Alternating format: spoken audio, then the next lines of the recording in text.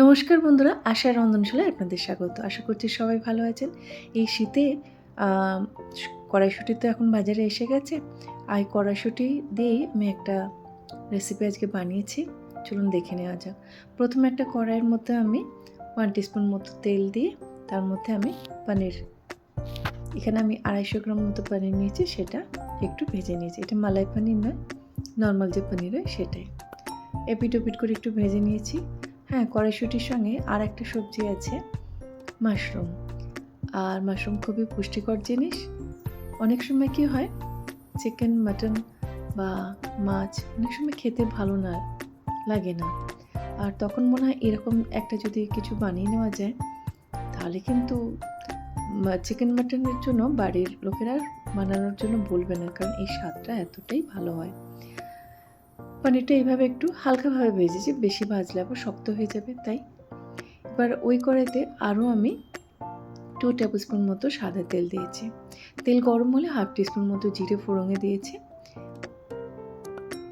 এবার ওর মধ্যে আমি দুটো মিডিয়াম সাইজের পেঁয়াজকে পাতলা পাতলা করে স্লাইস করে নিয়েছি। একটা জিনিস আমি তো করি, জানি না আপনারা করেন কি না। পেঁয়াজ খুব পাতলা পাতলা করে স্লাইস করলে কি হয়, ভাজাটাও খুব তাড়াতাড়ি হয়ে যায়, আর গ্রেভির সঙ্গে খুব তাড়াতাড়ি একদম গলে যায়, আর একটা স্মুথ ভাব এসে যায়। তাতে অনেক সময় পেঁয়াজ বাটার দিতে হয় অনেক রকম রান্নায়, সেটা আর দেওয়ার প্রয়োজন হয় না। পেঁয়াজটার রঙটা যখন একটু চেঞ্জ হয়ে যাবে বা একটু ভাজা হয়ে যাবে, তখন আমি দুটো ছোট ছোট সাইজের টমেটোকে এইভাবে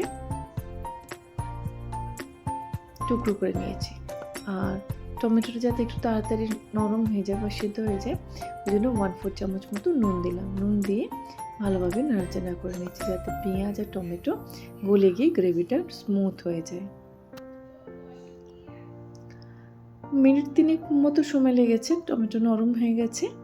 এবার ওর মধ্যে আমি দিয়ে দিচ্ছি আদা, রসুন, কাঁচা লঙ্কা বাটা। এখানে 2টো কাঁচা লঙ্কা, 6 কোয়া বড় বড় রসুন আর 1/2 ইঞ্চির একটু বেশি আদা দিয়ে একটা পেস্ট বানিয়ে নিয়েছি। তার মধ্যে একটু গুঁড়ো মশলাও তো চাই, তার মধ্যে দিলাম 1/4 চামচ মতো হলুদ, 1/2 টিস্পুন মতো রেড চিলি পাউডার, 1 টিস্পুন মতো ধনে গুঁড়ো, আর 2 টিস্পুন মতো আমি দিলাম কাশ্মীরি রেড চিলি পাউডার। আর এই কাশ্মীরি রেড চিলি পাউডারের জন্য রঙটা কিন্তু খুব সুন্দর হয়, ঝালটা কিন্তু অত বেশি হয় না। এবার মশলাটা আমি কষিয়ে নিচ্ছি।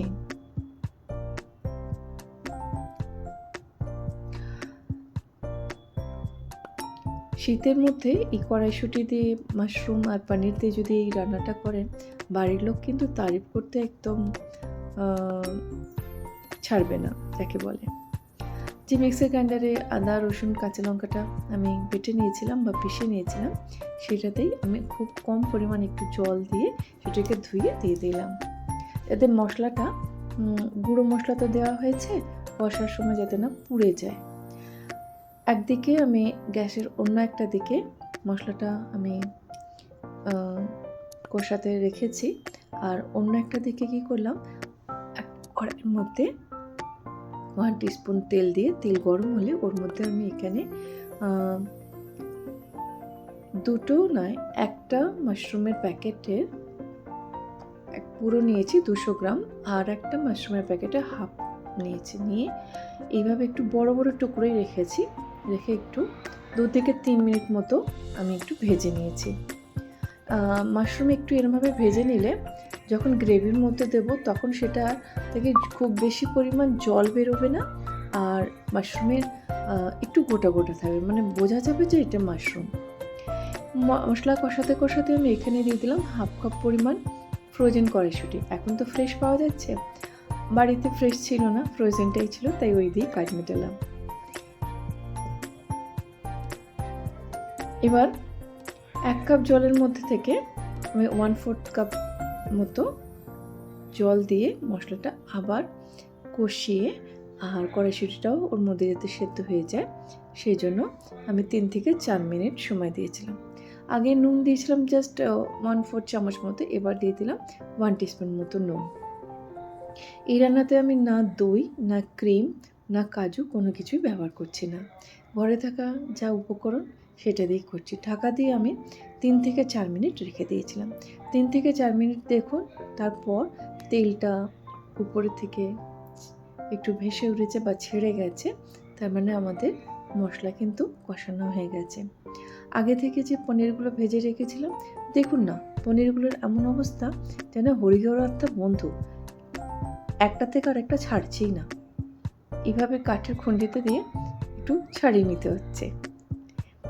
এবার এইভাবে যদি কিছুক্ষণ রেখে দিয়ে রান্না করেন তাহলে মাটার পনিরও হয়ে যাবে, কিন্তু খেতে কিন্তু ভালোই লাগবে রুটি, পরোটা বা লুচির সঙ্গে। এবার ওর মধ্যে দিয়ে দিলাম, খুবই হালকাভাবে সটে করে নিয়েছিলাম মাশরুমের টুকরোগুলো। এবার মাশরুমগুলো মিশিয়ে নিচ্ছি। মাশরুমগুলো যদি এরমভাবে একটু ভেজে নেন, কিন্তু মাশরুমগুলোতে খুব বেশি জল ছাড়ে না, আর মাশরুমগুলো ছোট সাইজের মতো হয়ে যায় না বা শ্রিঙ্ক করে না। এইভাবে ভালোভাবে আমি একটু মিশিয়ে নিচ্ছি।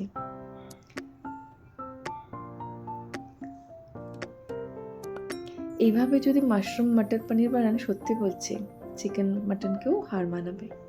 ঢাকা দিয়ে 5 মিনিট মতো রেখেছিলাম, 5 থেকে 6 মিনিট। দেখুন যতটুকু জল বেরোবার ততটুকু বেরিয়ে গেছে মাশরুম থেকে, কিন্তু মাশরুমের যে সাইজগুলো খুব একটা ছোট মতো হয়ে যায়নি বা খুব গলে যায়নি।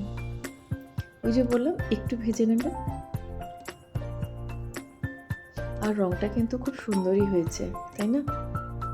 আবার ঢাকা দিয়ে কিছুক্ষণ রেখে দিলাম, কিছুক্ষণ বলতে 2 থেকে 3 মিনিট। এবার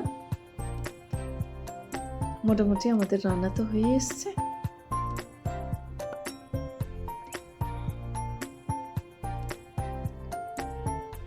দিয়ে দিলাম হাফ টিস্পুন মতো গরম মশলা। গরম মশলাটা একটু শেষের দিকে দিলে না, গরম মশলার স্বাদের থেকে সুগন্ধটা খুব ভালো পাওয়া যায়। আর এখানে আমি কিছুটা পরিমাণ কাসুরি মেথি ড্রাই রোস্ট করে নিয়েছিলাম, সেটি হাতেতে এইভাবে একটু গুঁড়ো করে নিচ্ছি। খুব মিহি গুঁড়ো করছি না, কিন্তু জাস্ট একটু করে নিচ্ছি। এরমভাবে দিলে মুখেও পড়ে না, তার স্বাদ আর সুগন্ধটাও খুব ভালো লাগে। অনেক সময় অনেকে আছে মুখে পড়লে তাদের ভালো লাগে না বা বিরক্ত হয়। এবার সব এইভাবে আবার ভালোভাবে সব কিছু মিশিয়ে দিচ্ছি। এবার ঢাকা দিয়ে রাখছি 2 থেকে 3 মিনিট। ঢাকা খুলে দেখুন উপর থেকে এত সুন্দর দেখতে লাগছে, মনে হচ্ছে নিশ্চয়ই কোনো ননভেজের আইটেম। কিন্তু বিয়ে বাড়ি বা অনুষ্ঠান বাড়িতে এইভাবেই কিন্তু মাশরুম মাটার বা পনিরে এই সবজিগুলো বানায়। আমাদের রান্না কমপ্লিট। উপর থেকে খালি একটু অল্প পরিমাণ ধনেপাতা ছড়িয়ে দিচ্ছি, এটাও শীতে খুব ভালো পাওয়া যায়। আমাদের রান্না কিন্তু রেডি, শুধু রাত্রে রুটি, পরোটা, লুচির সঙ্গে খুব ভালো যায়। আমার যদি এই রেসিপিটা যদি আপনাদের ভালো লেগে থাকে, আমার চ্যানেলটা সাবস্ক্রাইব করে দেবেন। ভালো থাকবেন, সুস্থ থাকবেন। ধন্যবাদ।